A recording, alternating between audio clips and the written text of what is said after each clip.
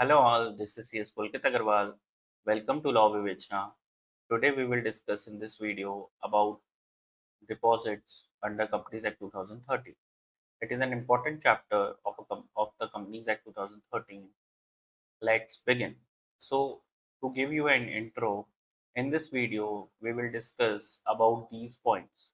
First, what is deposit? Then what is exempted deposit? And third is what is deemed deposit. Once we will understand these terms, then we will discuss about what is the procedure to take deposit or accept deposits. And later, then we will discuss about how to file DPT-3 or what is return of deposit, and then what are the penal provisions. So this video will be in English and Hindi combined and will be focused on private companies. So let's begin. सबसे पहले हम ये समझेंगे what is deposit. So section 2 subsection 31 में defined है what is deposit. So deposit includes any receipt of money by way of deposit और loan और in any other form by a company but does not include such category of amount as may be prescribed in consultation with the Reserve Bank of India. अगर इसको simple भाषा में समझें तो deposit includes कोई भी form में पैसा आया हो कंपनी के पास बट डज नॉट इंक्लूड वो कैटेगरी ऑफ ट्रांजेक्शन्स जो in consultation with RBI central government ने डिफाइन की. तो वो जो ट्रांजेक्शन्स हैं जो कंसल्टेशन विद आरबीआई से लॉ ने डिफाइन की हुई है, वो डिफाइन की हुई है rule 21C of deposit rules 2014. और उन पॉइंट्स को हम बोलते हैं जो हमारा नेक्स्ट टॉपिक है एग्जेम्प्टेड डिपॉजिट्स. ठीक है. तो नाउ एग्जेम्प्टेड डिपॉजिट्स में कौन कौन सी ट्रांजेक्शन्स आती हैं. अगर वो एग्जेम्प्टेड डिपॉजिट्स में कुछ भी आती है तो वो उसके लिए आपको डिपॉजिट के रूल्स कंप्लाई करने की जरूरत नहीं. ठीक है. तो सबसे पहले आती है amount receive from government. In simple language अगर अपन बात करें, मैं ज़्यादा टेक्निकल लैंग्वेज में नहीं जा रहा, सिंपल लैंग्वेज में अपन बात कर रहे हैं. Any amount receive by the government या फिर any amount which is guaranteed by the government will be included in this. सबसे पहले गवर्नमेंट वाली बात हो गई. अब आते हैं सेकंड पॉइंट पे जो है any amount received from foreign government. ठीक है. और फॉरेन इंस्टीट्यूशनल और फॉरेन बॉडी कॉर्पोरेट और foreign individual subject to FEMA compliances. तो अगर आपने बाहर के देशों से पैसा लिया है और फेमा का कंप्लाइंस किया है तो वो भी एक्सेप्टेड डिपॉजिट्स है. तीसरा कैटेगरी आती है financial institution, SBI, banking company, इन सबसे लोन. ठीक है. या कोई भी फैसिलिटी. तो अगर बैंकिंग फैसिलिटी आपने ली है या बैंक से लोन लिया है तो वो भी एग्जेम्प्टेड डिपॉजिट्स में आ जाता है. ठीक है. 3 सिंपल हो गए. इसके बाद अपन आते हैं चौथी कैटेगरी पे, डिबेंचर्स. ठीक है. सो डिबेंचर्स के अंदर कुछ कुछ कंडीशंस हैं जो आपको फुलफिल करनी पड़ेगी. सबसे पहले या तो डिबेंचर्स फर्स्ट चार्ज से सिक्योर्ड होने चाहिए या rank pari passu to first charge से सिक्योर्ड होनी चाहिए, मतलब सिक्योर्ड डिबेंचर होनी चाहिए. अगर वो सिक्योर्ड डिबेंचर नहीं है तो वो कन्वर्टेबल, कंपल्सरीली कन्वर्टेबल डिबेंचर्स या बॉन्ड्स होने चाहिए और उनका maximum tenure can be 10 years. ठीक है. तो ये दो कंडीशन हो गई. तीसरी कंडीशन कि भाई अगर वो सिक्योर्ड भी नहीं है और वो कंपल्सरीली कन्वर्टेबल भी नहीं है, दैट मीन्स आप एनसीडी इशू कर रहे हैं, तो एनसीडी आप तभी इशू कर पाएंगे एग्जेम्प्टेड डिपॉजिट्स के अंदर अगर वो आपने स्टॉक एक्सचेंज के अंदर लिस्ट करा रखा है.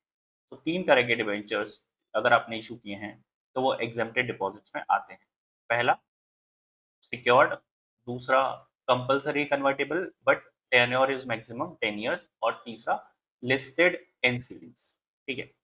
इसके बाद अपन बात करते हैं नेक्स्ट कैटेगरी की.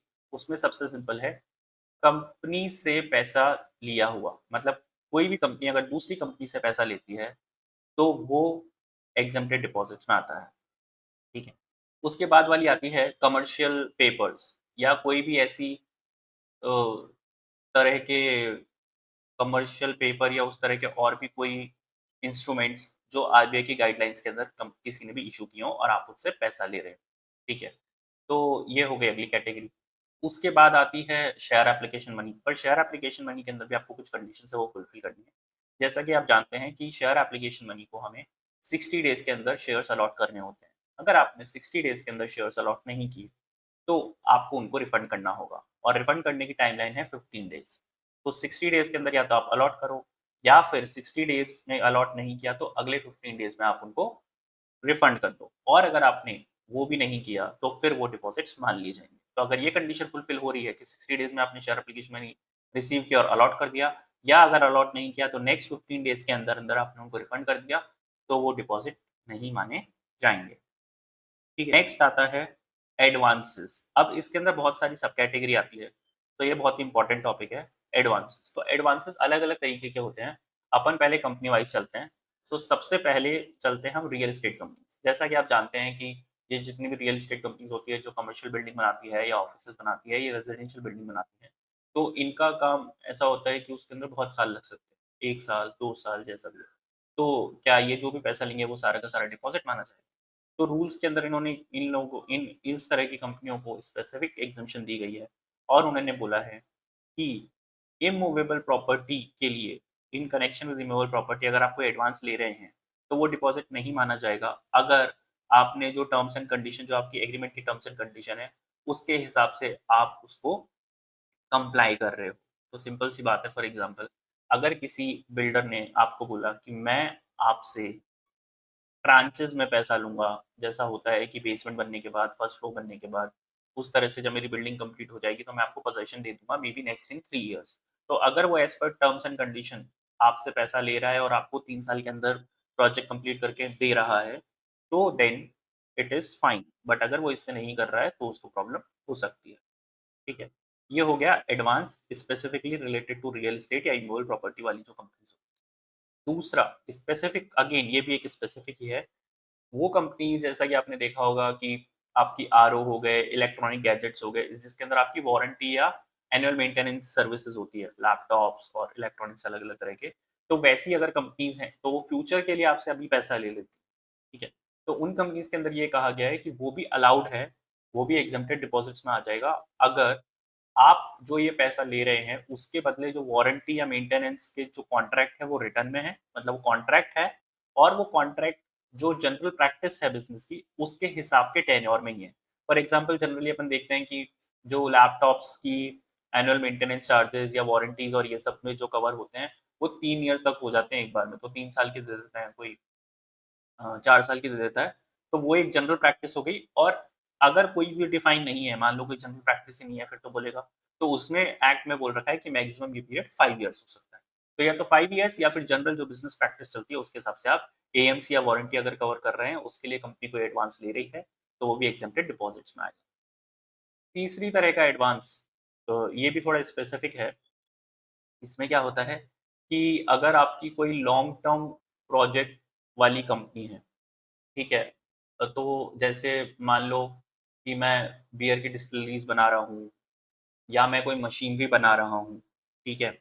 तो उस तरह से और उसमें हो सकता है कि मेरे को बहुत ज़्यादा टाइम लगे और तो इस तरह की चीज़ों के अंदर भी आपको एग्ज़म्पशन है, पर वो सिर्फ़ कैपिटल गुड्स के लिए है। तो अगर आपका लॉन्ग टर्म प्रोजेक्ट है और वो कैपिटल गुड्स के लिए है, तो उसमें भी आपने अगर एडवांस रिसीव किया है, तो वो डिपॉज़िट नहीं माना जाएगा, वो भी आपका एग्ज़म्प्टेड डिपॉज़िट्स है। ठीक है। इसके अलावा हो गया सिक्योरिटी डिपॉज़िट्स, जैसे आप रेंट दे रहे हो या किसी और चीज़ के लिए है, तो परफॉर्मेंस ऑफ सर्विसेज़ के लिए कोई कॉन्ट्रैक्ट है या सप्लाई ऑफ गुड्स के लिए, उसके लिए अगर आप कोई भी तरह की सिक्योरिटी डिपॉज़िट ले रहे हो, जैसे टेंडर में अर्नेस्ट मनी और ये सब होता है, तो वो सब भी एडवांस लिया हुआ एक्ज़म्प्टेड माना जाता है। ठीक है। इसके अलावा होता है अपना सबसे इम्पोर्टेंट जो सबसे कॉमन भी होता है, उसकी मैंने सबसे लास्ट में बात की है, वो आपका होता है एडवांस फ्रॉम कस्टमर। सो अब इसके अंदर कोई स्पेसिफिक कंपनीज़ की बात नहीं हो रही है, ये सभी के लिए है। तो इसके अंदर क्या होता है कि मान लो आपने किसी भी कस्टमर से एडवांस लिया, तो वो नॉर्मल होता है कंपनीज़ के अंदर, तो क्या वो अपना डिपॉज़िट है? तो लॉ सिंपल ये कहता है कि अगर आपने 365 डेज़ के अंदर उसका एप्रोप्रिएशन कर दिया है, तो वो फिर आपका डिपॉज़िट नहीं माना जाएगा, ठीक है? अब ये बहुत ही स्पेसिफ़िक टॉपिक है, सिम्प्लिसिटी के लिए अभी अपन ये मान लेते हैं कि आपको 365 डेज़ के अंदर उसको सर्विसेज़ देनी है। तो अगर आप सर्विसेज़ दे देंगे, तो आप उसको बेटर है और अगर आप 365 डेज़ सर्विस में नहीं जाते, तो क्या वो अलाउड होगा या नहीं होगा, उसके लिए मैं एक सेपरेट वीडियो बनाने की कोशिश करूँगा क्योंकि इसके अंदर बहुत ही ज़्यादा डाउट्स हैं, बहुत ही इसके अंदर एम्बिग्यूटी है कि अपोर्शन का मतलब क्या होता है, क्या एक्चुअल के अंदर सर्विस देना होता है, क्या मुझे रिफंड करना पड़ेगा। तो उसके लिए अपन सेपरेट वीडियो बनाएँगे, पर अभी के लिए आप ये मानो कि 365 डेज़ का आपके पास मैक्सिमम टाइम होता है।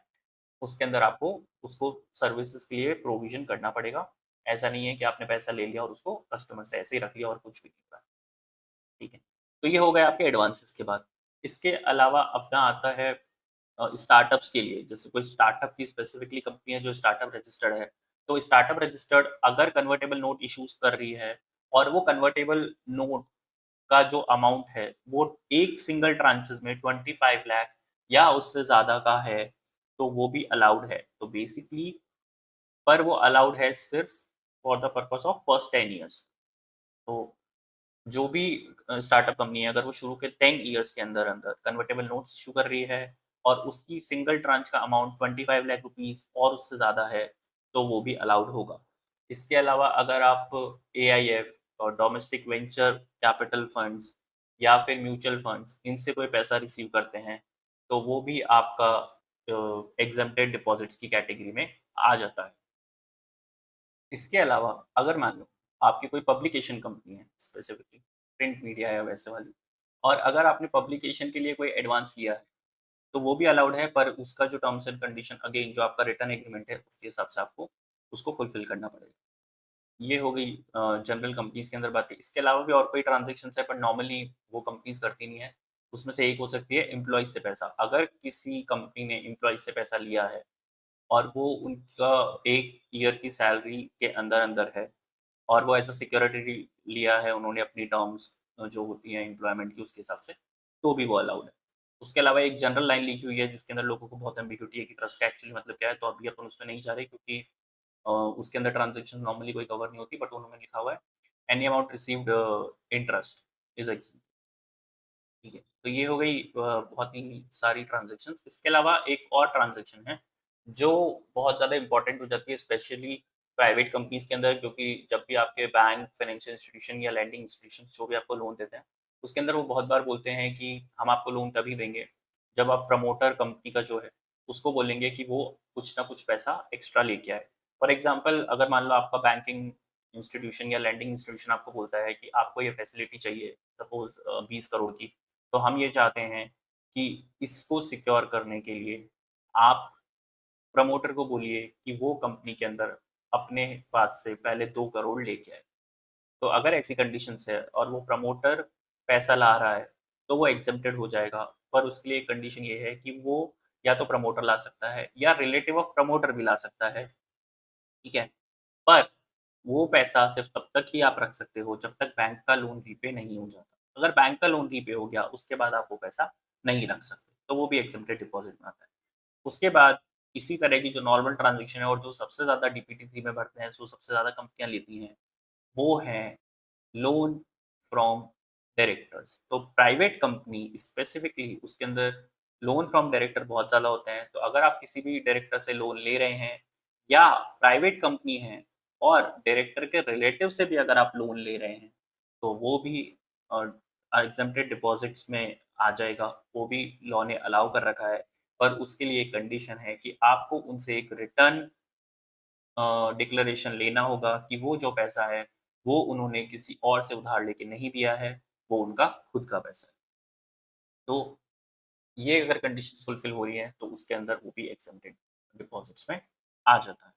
तो मेरे हिसाब से मैंने ऑलमोस्ट सारी एग्जेम्प्टेड कैटेगरी की डिपॉज़िट्स हैं, वो कवर कर लिए हैं, स्पेशली जो प्राइवेट कंपनीज़ के अंदर डील होती हैं, ठीक है? अब ये तो हो गई एग्जेम्प्टेड डिपॉज़िट्स। तो अगर आपको एक बार एग्जेम्प्टेड डिपॉज़िट समझ में आ गया, तो अब हम आते हैं डिपॉज़िट्स पे। तो डिपॉज़िट्स बेसिकली एक तरह से प्राइवेट कंपनी के लिए स्पेसिफिकली अगर मैं बात करूँ, तो वो लोन फ्रॉम मेंबर है। अगर वो मेंबर से लोन ले रही है, तो वो डिपॉज़िट है।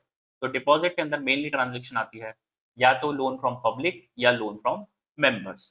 तो अब क्योंकि private company closely held companies होती है, तो वो पब्लिक से पैसा नहीं ले सकती। तो in context of private companies, loan from member is a deposit. So deposit में उनके लिए एक ही ट्रांज़ैक्शन आएगी, ठीक है? तो ये हो गया डिपॉज़िट।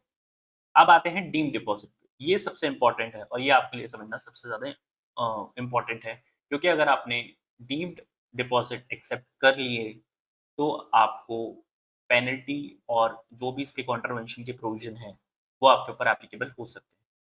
तो deem deposit is simple now, कोई भी ट्रांजेक्शन या वो डिपॉजिट भी नहीं है और वो एग्जेम्प्टेड डिपॉजिट भी नहीं है तो वो डीम डिपॉजिट।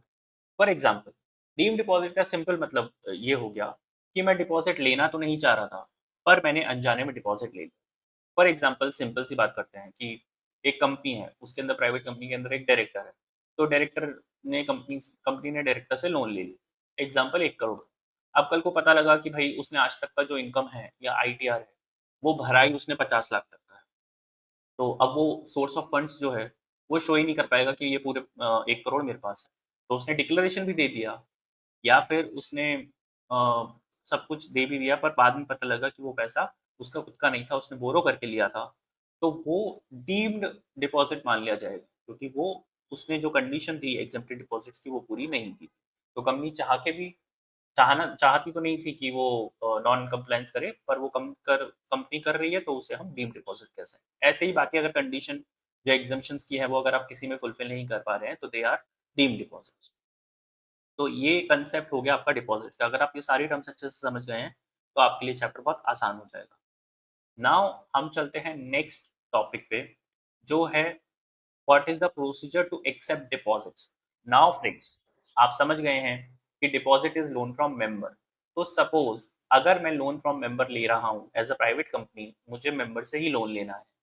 मेरे को डायरेक्टर से नहीं लेना या बाकी बैंक लोन और वो सब हो गए, मेरे को मेंबर से लोन लेना है, तो क्या प्रोसीजर है? तो सबसे पहले आप ये समझिए कि प्राइवेट कंपनीज को बहुत सारी कंडीशन से एग्जम्पशन है। तो एग्जम्पशन नोटिफिकेशन जो 2017 के अंदर जारी हुआ था, उसके बाद से दो तरह की प्राइवेट कंपनी क्लासेस उसमें डिफाइन की हुई है और उसके अलावा तीसरी कैटेगरी है स्टार्टअप। अब ये तीन उन्होंने क्लासिफाई क्यों किया हुआ है?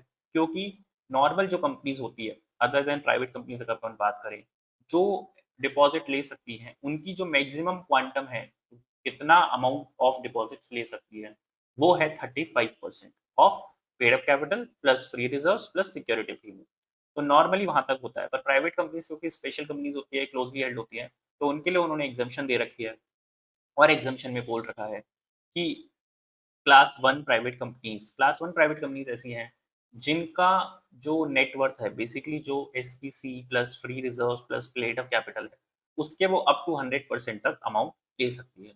तो सपोज अगर आपकी पेड अप कैपिटल है 100 रुपए, अगर आपका सिक्योरिटी प्रीमियम है 50 रुपए और आपका फ्री रिजर्व से 50 रुपए, तो आपका 200 रुपए तक आप मेंबर से लोन ले सकते हैं। पहली कैटेगरी में हमने देखा कि आप 100% of paid up capital, free reserves और सिक्योरिटी प्रीमियम तक अमाउंट ले सकते हैं। अगर आप मान लीजिए कि आपकी नेटवर्थ ही नेगेटिव है, तब क्या? तब तो आप लोन ही नहीं ले पाएँगे। तो इसके लिए लॉ ने आपको सेकंड कैटेगरी में अलाउ किया है। सेकंड कैटेगरी में अलाउ होने के लिए आपको 3 कंडीशन फुलफिल करनी पड़ेगी। वो 3 कंडीशन है। फर्स्ट कंडीशन इज़ आपकी कंपनी किसी दूसरी कंपनी की एसोसिएट या सब्सिडियरी नहीं होनी चाहिए। ठीक है? सेकंड कंडीशन, आपकी जो एक्जिस्टिंग बोरोइंग जो आपने ले रखी है, वो आपकी पेड अप कैपिटल से ट्वाइस से ज़्यादा नहीं होनी चाहिए। इसको अगर मैं एग्ज़ाम्पल से समझूँ, तो अगर मेरी paid up capital is 1 crore, तो मेरी जो बोरिंग है, वो 2 करोड़ से ज़्यादा नहीं होनी चाहिए। तीसरा, मैंने किसी भी एक्जिस्टिंग बोरिंग या जो भी डिपॉज़िट एक्सेप्ट किए हैं, उसके अंदर मेरा कोई भी डिफ़ॉल्ट नहीं होना चाहिए। अगर मैं ये तीनों कंडीशन फुलफ़िल कर रहा हूँ, तो फिर मेरी क्वांटम जो पहले 100% थी नॉर्मल प्राइवेट कंपनी के लिए, वो अनलिमिटेड हो जाएगी। मतलब मैं कितना भी पैसा उधार ले सकता हूँ। तीसरी जो कैटेगरी है, वो है हमारी स्टार्टअप कैटेगरी। तो अगर आप एक स्टार्टअप कंपनी हैं, ठीक है? और आप डीपी मतलब आप रजिस्टर्ड स्टार्टअप कंपनी हैं, तो आप शुरू के 10 इयर्स के अंदर-अंदर अनलिमिटेड अमाउंट का मेंबर से लोन ले सकते हैं। तो 2 कैटेगरी जो प्राइवेट कंपनीज़ की है उसके अंदर अनलिमिटेड है और एक कैटेगरी है उसके अंदर 100% of paid up capital plus free reserves plus security premium reserve. ठीक है? तो ये हो गई हम कितना अमाउंट ले सकते हैं। अब आता है प्रोसीजर क्या है? तो प्रोसीजर आप सबसे सिंपल सबसे तरीके से समझिए। 73 सबसेक्शन 2 ये कहता है कि आपको उसके लिए ऑर्डिनरी रिज़ॉल्यूशन पास कराना पड़ेगा। तो प्रोसीजर में सिंपल सबसे पहले आप एक बोर्ड मीटिंग करेंगे। बोर्ड मीटिंग करने के बाद आप ऑर्डिनरी रिज़ॉल्यूशन पास करेंगे। ऑर्डिनरी रिजोल्यूशन पास करने के बाद आपको जो रूल 3 की कंडीशंस हैं, वो नॉर्मली फुलफिल करनी पड़ेंगी। तो रूल 3 की जो कंडीशंस हैं, वो बताती है कि आपको इंटरेस्ट कितना देना पड़ेगा, आपको टेन्योर क्या रखना पड़ेगा, ये सब। तो अगर हम टेन्योर की बात करें तो टेन्योर सिंपल है, 6 मंथ से कम नहीं होगा और 36 मंथ से ज़्यादा नहीं होगा। और इंटरेस्ट की मिनिमम रेट डिफाइन नहीं है, इंटरेस्ट की मैक्सिमम रेट डिफाइन है, जो आरबीआई ने एनबीएफसीज़ के लिए स्पेसिफाई कर रखी है, उस रेट से ज़्यादा आप डिपॉज़िट्स पे इंटरेस्ट नहीं दे सकते। तो अगर आप ये कंडीशंस फुलफिल करेंगे, तो आप डिपॉज़िट ले सकते हैं। नाउ एक इम्पोर्टेंट रूल भी आता है, जो बहुत लोग इग्नोर करते हैं, तो वो आता है रूल 10 ऑफ डिपॉज़िट रूल्स। उसके अंदर जो एप्लीकेशन फॉर्म है, ठीक है? तो आपको बहुत जैसे नॉर्मल पब्लिक कंपनीज़ होती हैं, उसके अंदर 73 2 के ए टू ई की कंडीशंस भी होती हैं। पर क्योंकि जो एग्ज़म्पशन नोटिफ़िकेशन है, उसके अंदर उन्होंने ये बोला हुआ है कि आपको ये कंडीशन फुलफिल नहीं करनी है।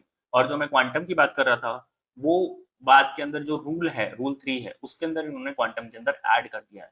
तो फॉर एग्ज़ाम्पल अगर मैं एग्ज़म्पशन के अंदर क्वालीफाई भी नहीं कर रहा हूँ, तो मेरी क्वांटम जो है, वो तो वैसी ही रहेगी जो मैंने डिस्कस की। या तो 100% या अनलिमिटेड या स्टार्टअप है तो अनलिमिटेड, ठीक है? बट अगर मैं एग्ज़म्पशन के अंदर फ़ॉल कर रहा हूँ, तो मुझे वो कंडीशंस जो हैं ए टू ई, वो मेरे को फुलफ़िल नहीं करनी पड़ेगी। तो हम अभी अज़्यूम कर रहे हैं हमारे वीडियो के लिए कि आप प्राइवेट कंपनी है और आप वो एग्ज़म्पशंस के लिए एलिजिबल। सो नाउ आपने ऑर्डर रिज़ॉल्यूशन पास कर लिया और आपने टेन्योर भी 6 मंथ से 36 मंथ्स का रख लिया और आपने इंटरेस्ट रेट भी कम रखी जो एनबीएफसी के लिए स्पेसिफाइड है।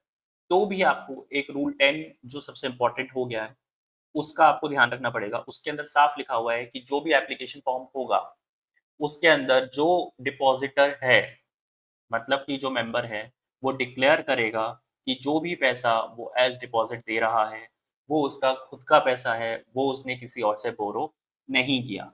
जी हाँ, वो जो यहाँ पे डायरेक्टर वाली कंडीशन है, वो यहाँ पे मेंबर पे भी लागू हो जाएगी। तो बहुत लोग ये चीज़ मिस कर सकते हैं और अगर आप ये चीज़ मिस कर देंगे, तो रूल 10 का वायलेशन हो जाएगा और फिर आपको बाद में पेनल प्रोविज़न्स लग सकते हैं। तो ये हो गया आपका simple procedure for accepting deposit from members. Now coming to favourite topic of many professionals is DPT 3। तो अब हमने ये समझ लिया है कि ट्रांजैक्शन अदर देन डिपॉजिट्स या एग्जेम्प्टेड डिपॉजिट्स क्या-क्या हो सकते हैं और डिपॉजिट नॉर्मली क्या होता है। तो जब आप डीपीटी 3 भरेंगे, तो डीपीटी 3 रूल ये कहता है कि आपको दोनों के लिए भरना है। मतलब एज़ अ प्राइवेट कंपनी आपको दोनों के लिए ही डीपीटी 3 भरना है। ट्रांजैक्शन अदर देन डिपॉजिट्स के लिए भी और डिपॉजिट्स के लिए भी।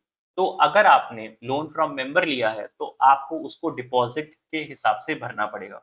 और अगर आपने सपोज़ डायरेक्टर से लोन लिया है या बैंक से लोन लिया है या एडवांस फॉर कस्टमर के लिए अगर आप भर रहे हैं, तो अ, दैट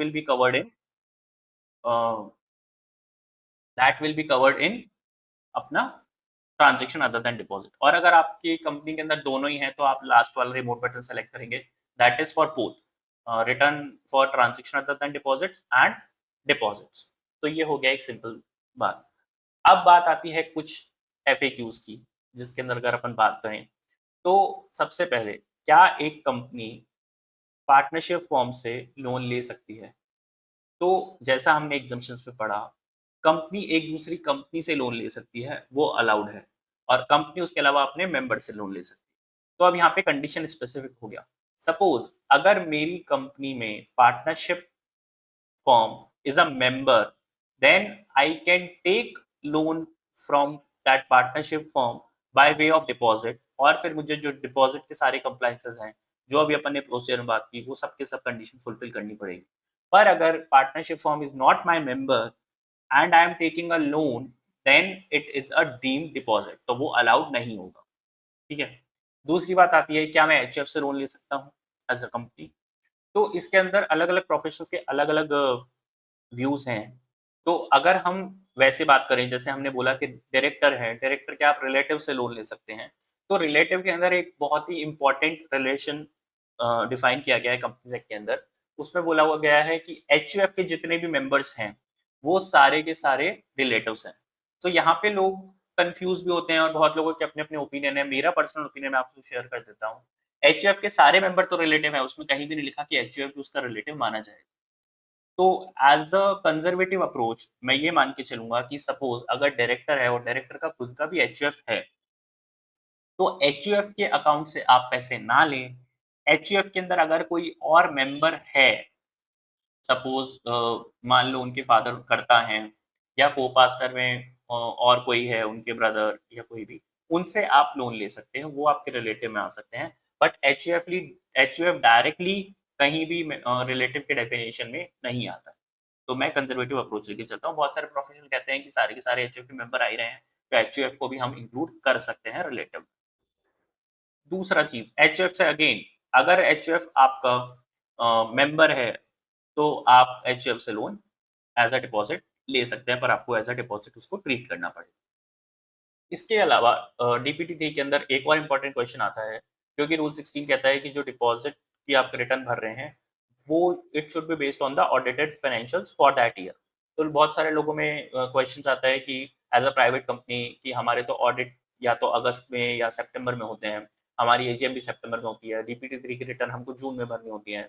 तो हम तो ऑडिट करा ही नहीं पाते, तो हम डीपीटी 3 कैसे भरें? क्या उसके लिए ऑडिटेड फिगर्स का होना ही ज़रूरी है? तो इसके लिए institute of chartered accountant of India को एमसी ने एक लेटर लिखा था और उसके बेस के ऊपर आईसीआई ने एक गाइडलाइन इशू की थी। उस जो लेटर था एमसीए का, उसके अंदर साफ उन्होंने ये बोला था कि जो आपको डीपीटी 3 की रिटर्न भरनी है, उसमें जो एग्जेम्प्टेड डिपॉजिट्स के लिए आप रिटर्न भर रहे हैं, उसके लिए आपको ऑडिटेड फिगर्स की नीड नहीं है। ना ही आपको ऑडिटर सर्टिफिकेट की नीड है, ना ही आपको ऑडिटेड फिगर्स की नीड है। पर हाँ, अगर आप डिपॉज़िट के लिए रिटर्न भर रहे हैं, तो आपको सीए सर्टिफ़िकेट लगेगा, मतलब ऑडिटर का सर्टिफ़िकेट लगेगा। तो बेसिकली वो ऑडिटेड फिगर्स पे होना चाहिए। तो अब इसमें भी मान लो एज़ अ प्राइवेट कंपनी मैंने तो बीइंग सपोज़ मैं स्टार्टअप कंपनी हूँ, मैं तो अनलिमिटेड लोन ले सकता हूँ मेंबर से, मैंने ले लिया। ठीक है? और टेन्योर मैंने रख लिया, सब कुछ इंटरेस्ट सब कुछ कर लिया और मैंने ले लिया। तो अब क्या मुझे ऑडिट पहले ही करानी पड़ेगी 30 जून से पहले? तो इसके अंदर हम प्रैक्टिकली अगर देखें तो आप ये चीज़ कर सकते हैं कि ऑडिटर को सर्टिफिकेट तो देना पड़ेगा। सो ऑडिटर उसके अंदर पूरा लिखेगा कि the company is a startup company and as per the exemption it has taken loan from member up to this quantum and this and जो वो अमाउंट सर्टिफाई उसके अंदर करेगा डिपॉज़िट्स की, वो ऑडिटेड फिगर्स के हिसाब से करना चाहिए। मतलब कि बाद में जब आपकी ऑडिट होगी और आप जब फाइनेंशियल स्टेटमेंट्स एओसी 4 के अंदर फाइल करेंगे, तो वो जो लोन फ्रॉम मेंबर की अमाउंट है, जो आपने डीपीटी 3 में भरी और जो आपने फाइनेंशियल स्टेटमेंट्स में दिखाई एओसी 4 के अंदर फाइल करते वक़्त, वो दोनों एग्ज़ैक्ट सेम होनी चाहिए, वो दोनों मिसमैच नहीं होनी चाहिए। तो अगर आप ऐसा भी करेंगे तो मेरे हिसाब से दैट इज़ फाइन। भी देता हूँ, वो टिप ये है कि आप हर वीक अपनी बैंक स्टेटमेंट को एनालाइज़ करें कंपनी को, उसके जितने भी अकाउंट हैं और उसके अंदर आप हर एक ट्रांज़ैक्शन को देखें और ये चेक करें कि वो इस जो भी आपकी ये एग्ज़म्पशन लिस्ट है, उसके अंदर फ़ॉल कर रहा है या नहीं कर रहा। अगर वो फ़ॉल नहीं कर रहा है और आपने गलती से किसी से पैसा रिसीव कर लिया है, उसे तुरंत की तुरंत रिफ़ंड कर दीजिए। जी हाँ, ऐसे तो कोई टाइमलाइन नहीं है कि कितने दिन में रिफंड होना चाहिए।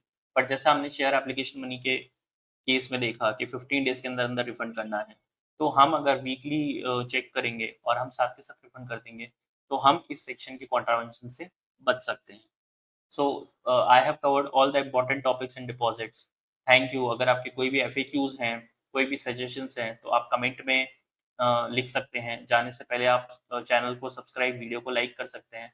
और इसके अलावा अगर आप किसी और टॉपिक पे वीडियो चाहते हैं, तो मैं ट्राई करूँगा वो भी बनाने का।